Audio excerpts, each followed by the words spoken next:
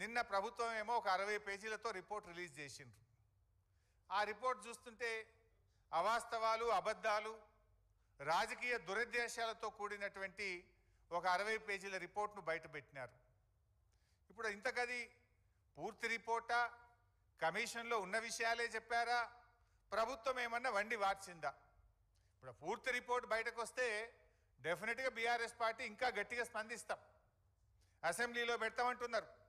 అసెంబ్లీలో 650 పేజీల రిపోర్టు పెట్టండి, చీల్చి చెండాడతాం, నిజాలు ప్రజల ముందు పెడతాం, వాస్తవాలను నిగ్గుదిల్చే విధంగా అన్ని విషయాలను కూడా శాసనసభ వేదికగా ఈ ప్రభుత్వాన్ని నిలదీస్తాం. ఎందుకంటే ఇప్పుడు ఆ విషయాలు నిజంగా కమిషన్ రిపోర్ట్లో ఉన్న విషయమా, కమిషన్లో లేనిది ప్రభుత్వం ఏమన్నా కల్పించి కొన్ని చెప్పిందా అనేటువంటిది తేలాల్సినటువంటి అవసరం ఉంది. ఎట్లా ఉందంటే నచ్చిన పేరాలు లీకులు, నచ్చని నాయకులు బాధ్యులు అన్నట్టు ఉంది. ఇప్పుడు 650 పేజీల్లో నచ్చిన పేరాలనే లీకులు చేసిండ్రు, నచ్చని నాయకులను బాధ్యులు చేసినట్టుగా నిన్న ప్రభుత్వం రిలీజ్ చేసిన రిపోర్టు కనబడతా ఉంది. ఎందుకంటే ఆ రిపోర్ట్ ఒకవేళ అదే నిజమైతే అది ఎట్లుందంటే కేంద్ర ప్రభుత్వాన్ని తప్పుపట్టినట్టుంది. కాళేశ్వరంకి అనుమతులు ఎవరిచ్చిండ్రు? TAC, technical advisory committee report is given by government of India, కేంద్ర ప్రభుత్వమే ఇచ్చింది. ఒకవేళ ఆ రిపోర్ట్ నిజమే అయితే కేంద్ర ప్రభుత్వాన్ని తప్పుపట్టినట్టు, అన్ని అనుమతులు ఇచ్చిన సెంట్రల్ వాటర్ కమిషన్ను తప్పుపట్టినట్టు, ఇంజనీర్లను తప్పుపట్టినట్టు, రిటైర్డ్ ఇంజనీర్లను తప్పుపట్టినట్టు, బ్యూరోక్రాట్లను తప్పుపట్టినట్టు. అంటే ఈ రకంగా అసలు రిపోర్టు ఒకవేళ ఇచ్చిందా లేదా తెలియదు. ఇచ్చుంటే మాత్రం అది ఒకవైపే చూసి, ఒకవైపే విని, ఒకవైపే నిలబడి ఇచ్చిన రిపోర్ట్ లాగా ఉంది. అది వాస్తవం ఏందనేది 650 పేజీల రిపోర్ట్ బయటకు వస్తే కానీ తెలియదు. కానీ ఇప్పుడు ప్రభుత్వం బయట పెట్టిన దాన్ని బట్టి చూస్తే, ఆ రిపోర్టు చూస్తే అది నిజమైతే కమిషన్ ఒకవైపే చూసి, ఒకవైపే విని, ఒకవైపే నిలబడి ఇచ్చిన రిపోర్ట్ లాగా కనబడతా ఉంది. ఎందుకంటే ఆ రిపోర్ట్ పూర్తిగా ట్రాష్, బేస్లెస్ ఎలిగేషన్స్. ఒక ముఖ్యమంత్రి గారు ఒక ప్రాజెక్టును రివ్యూ చేయడం ఆయన బాధ్యత. అది రాజకీయ జోక్యం ఎట్లయితుంది? రివ్యూ చేయడము, త్వరితగతిన ప్రాజెక్టును పూర్తి చేయడము, ప్రజలకు త్వరితగతిన నీళ్ళు ఇవ్వడం అనేది ఒక బాధ్యతాయుతమైన ప్రభుత్వం చేసే పని. అది రాజకీయ జోక్యం అనరు. It is the responsibility of the chief minister and the government. So ఈరోజు విషయం చూస్తూ ఉంటే, ఈ రిపోర్ట్ను చూస్తూ ఉంటే మరి అదైతే పూర్తిగా ట్రాష్ లాగా ఉంది, బేస్లెస్ లాగా ఉంది. చరిత్రలో ఇట్లాంటి కమిషన్లు, రాజకీయ వేధింపుల కోసం చాలా కమిషన్లు రిపోర్ట్లు ఇచ్చినాయి. అవేవి న్యాయస్థానాల్లో నిలబడలేదు. ఇందిరాగాంధీ గారి మీద కూడా అప్పటి జనతా ప్రభుత్వం షా కమిషన్ వేసింది. చంద్రబాబు నాయుడు గారి మీద కూడా కమిషన్లు వేశారు. అనేక కమిషన్లు దేశంలో వచ్చినాయి. ఏ కమిషన్లు కూడా న్యాయస్థానాల ముందు నిలబడలేదు. ఎందుకంటే రాజకీయ దురుద్దేశపూరితంగా ఇచ్చినటువంటి రిపోర్ట్లు న్యాయస్థానంలో నిలబడవు, ప్రజాక్షేత్రంలో నిలబడవు. ఎప్పటికైనా ధర్మమే గెలుస్తుంది, సత్యమే నిలబడుతుంది. అంతే తప్ప ఈ రాజకీయ దురుద్దేశంతో ఇచ్చేటువంటి రిపోర్ట్లు ఎప్పుడు కూడా నిలబడవు. ముఖ్యంగా రేవంత్ రెడ్డి గారి ప్రభుత్వం మనకు తెలుసు, మీకు తెలియదేముంది?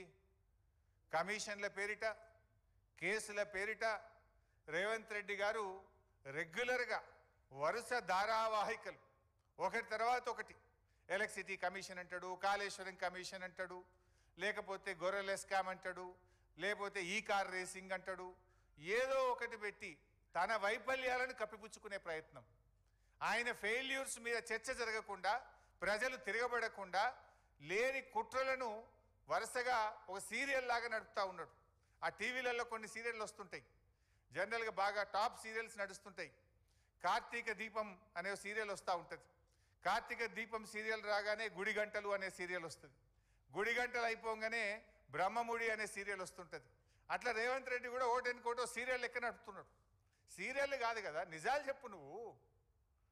ఇవి మొత్తంగా చూస్తే రైతుల ప్రయోజనాలు ఫనంగా పెట్టి కేవలం కేసీఆర్ గారిని వ్యక్తిగతంగా ఆయనని ఇబ్బంది పెట్టాలి, కేసీఆర్ గారిని హింసించాలనేటువంటి ధోరణే తప్ప రైతులకు న్యాయం చేయాలనో ప్రజలకు మేలు చేయాలనేటువంటి చిత్తశుద్ధి ఈ ప్రభుత్వానికి లేకపోయింది. ఎందుకంటే మనం స్పష్టంగా అర్థమవుతుంది, ఇవాళ కాళేశ్వరం ద్వారా నీళ్ళు ఇచ్చే అవకాశం ఉంది. రాష్ట్రంలో వర్షాలు పడక కరువు పరిస్థితులు ఉన్నాయి, పంటలు ఎండిపోతూ ఉన్నాయి. నిన్న మా బీఆర్ఎస్ నాయకులు కన్నెపల్లి పంప్ హౌస్ మోటార్లు ఆన్ చేయండి అని అక్కడికి వెళ్ళారు.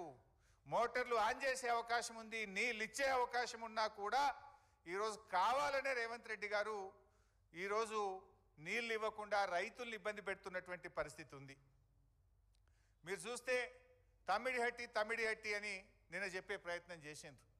మరి 7 ఏళ్ళు మీరే అధికారంలో ఉన్నారు కదా. 2007 నుంచి 2014 దాకా కాంగ్రెస్ ప్రభుత్వమే అధికారంలో ఉంది కదా.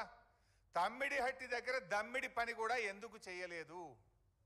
మరి ఇప్పుడు వచ్చి కూడా 2 ఏళ్ళు అవుతుంది, తమ్మిడిహట్టి దగ్గర తట్టెడు మట్టి ఎందుకు ఎత్తలేదు? అసలు తమ్మిడిహట్టి దగ్గర మీరు ఏ బేసిస్లో నిర్ణయించారు? తమ్మిడిహట్టి దగ్గర నీటి లభ్యత లేదు. తమ్మిడిహట్టి దగ్గర వైల్డ్ లైఫ్ చాప్రాల్ అనే వైల్డ్ లైఫ్ ఉంది, శాంచురీ ఉంది. తమ్మిడిహట్టి దగ్గర మహారాష్ట్ర ఒప్పుకోవడం లేదు.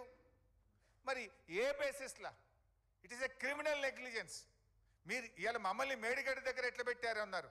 మేము పెట్టడానికి ఒక బేసిస్ ఉంది, మేము పెట్టడానికి ఒక నివేదిక ఉన్నది. అసలు మీరు తమ్మిడిహట్టి దగ్గర ఎట్లా పెట్టిండ్రు అని నేను అడుగుతా ఉన్నా. ఎన్ని పచ్చి అబద్ధాలు మాట్లాడతారంటే ఈ కాంగ్రెస్ నాయకులు. నాటి నుంచి నేటి వరకు అదే గోబల్స్ ప్రచారం. ఆనాడు మేము మహారాష్ట్రతో కేసీఆర్ గారు ఒక చారిత్రాత్మక ఒప్పందం చేశారు. అటు మేడిగడ్డకు, ఇటు వార్ధా మీద, అటు చెనాకా కొరాటాకు ఒకేసారి 3 అగ్రిమెంట్లు చేసినారు. అంటే ఇచ్చిపుచ్చుకునే ధోరణితో మహారాష్ట్రను ఒప్పించి మెప్పించి 3 అగ్రిమెంట్లు చేశారు. ఆనాడు ఉత్తమ్ కుమార్ రెడ్డి మాట్లాడతాడు, ఏమని మాట్లాడిందంటే, లేలే మేము ఆల్రెడీ 152 మీటర్లకు అగ్రిమెంట్ చేసినాం, నువ్వు ఎట్ట తగ్గించినవు అన్నాడు. ఆనాడు ఎయిర్పోర్ట్లో కేసీఆర్ గారు మాట్లాడారు, ఉత్తమ్ కుమార్ రెడ్డి నువ్వు 152 మీటర్లకు అగ్రిమెంట్ చేసుంటే ఇంకా గంట సేపు నేను ఇన్నే ఉంటా, నువ్వు రా, ఆ అగ్రిమెంట్ నాకు చూపి, నేను ఇక్కడ నుంచి రాజ్ భవన్కు పోయి రాజీనామా చేస్తాను. ఆ రోజు కేసీఆర్ గారు సవాల్ చేశారు. ఇది నేను నోటి మాట చెప్తలేను, ఆ వీడియో కూడా మీరు చూడండి కావాలంటే. ఆనాడు కేసీఆర్ గారు బేగంపేట ఎయిర్పోర్ట్లో ఆనాటి ఉత్తమ్ కుమార్ రెడ్డి ఫేక్ మాటలకు, గోబల్స్ మాటలకు ఏ రకంగా సవాల్ విసిరినారో ఒక్కసారి చూద్దాం. ఈ రాష్ట్ర ప్రదేశ్ కాంగ్రెస్ కమిటీ అధ్యక్షుడు ఉత్తమ్ కుమార్ రెడ్డి, ఆయనతో పాటు శాసనసభలో ప్రతిపక్ష నాయకుడు జానారెడ్డి ఇద్దరు కలిసి ఏం మాట్లాడతారు? 152 మీటర్లకు తమ్మిడిహట్టి ఒప్పందం కుదిరింది అని మాట్లాడాడు. ఉత్తమ్ కుమార్ రెడ్డి, నీవు నిజంగా నిజాయితీ ఉన్నవాడవైతే నేను ఎట్లయినా బేగంపేట ఎయిర్పోర్ట్లో ఇంకో అర్ధగంట 40 నిమిషాలు ఉంటా. నీకు దమ్ముంటే ఆ ఒప్పందం కాగితం తీసుకొని బేగంపేట ఎయిర్పోర్టుకు రా. ఒకవేళ అది నిజమే అయితే ఇక్కడి నుంచి నేను ఇంటికి పోను, రాజ్భవన్కు అయినా రాజీనామా సమర్పిస్తాను మనవి చేస్తా ఉన్నాను.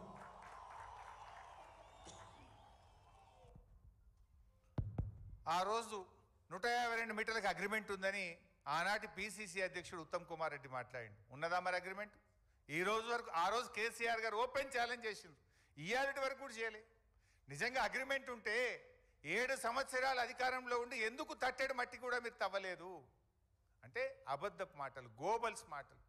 ఆనాడు కేసీఆర్ గారు మంచి పని చేస్తుంటే దాని మీద ఏదో అమృత భాండాగారంలో విషపు చుక్క వేసినట్టు, ఒక మంచి పని జరుగుతుంటే దాన్ని ఒక అబద్ధాలు చెప్పి అనుమానాలు కల్పించేటువంటి ప్రయత్నాన్ని సృష్టించారు.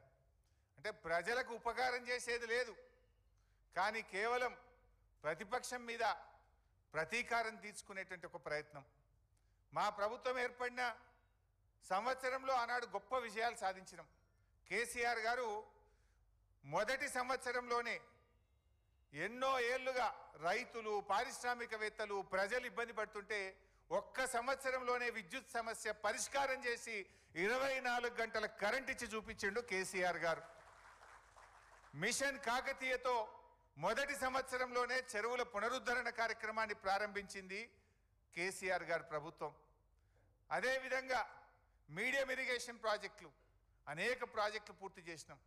పెండింగ్ ప్రాజెక్టులను రన్నింగ్ ప్రాజెక్టులుగా మార్చి లక్షలాది ఎకరాలకు నీళ్లు ఇచ్చినాం. మరి నువ్వేం చేసినవే? 2 ఏళ్ళైంది నీ గవర్నమెంట్ వచ్చి. ఒక్క చెరువు దవ్వినవా? ఒక్క చెక్ డ్యామ్ కట్టినవా? ఒక్క కాలువ దవ్వినవా? ఒక్క ఎకరానికన్నా నీళ్ళు ఇచ్చినవా అని నేను అడుగుతా ఉన్నా. మీరు ఎంతసేపు కేసులు పెట్టుడు, కమిషన్లు వేసుడు తప్ప నువ్వు యాన్నన్ను ఒక రైతుకు ఒక్క ఎకరానికి నీ 2 ఏళ్ల పాలనలో నీళ్ళు ఇచ్చినవా అని నేను అడుగుతా ఉన్నా. చేసినావు 2 ఏళ్లలో ఏమైనా చేసినావు అంటే ఢిల్లీకి కమిషన్ల మూటలు తీసుకుపోయినావు, ప్రతిపక్షాల మీద కమిషన్లు వేసినావు. Electricity commission, Kaleshwaram commission. ఇంతకు మించి నువ్వు చేసింది అయితే ఏం లేదు.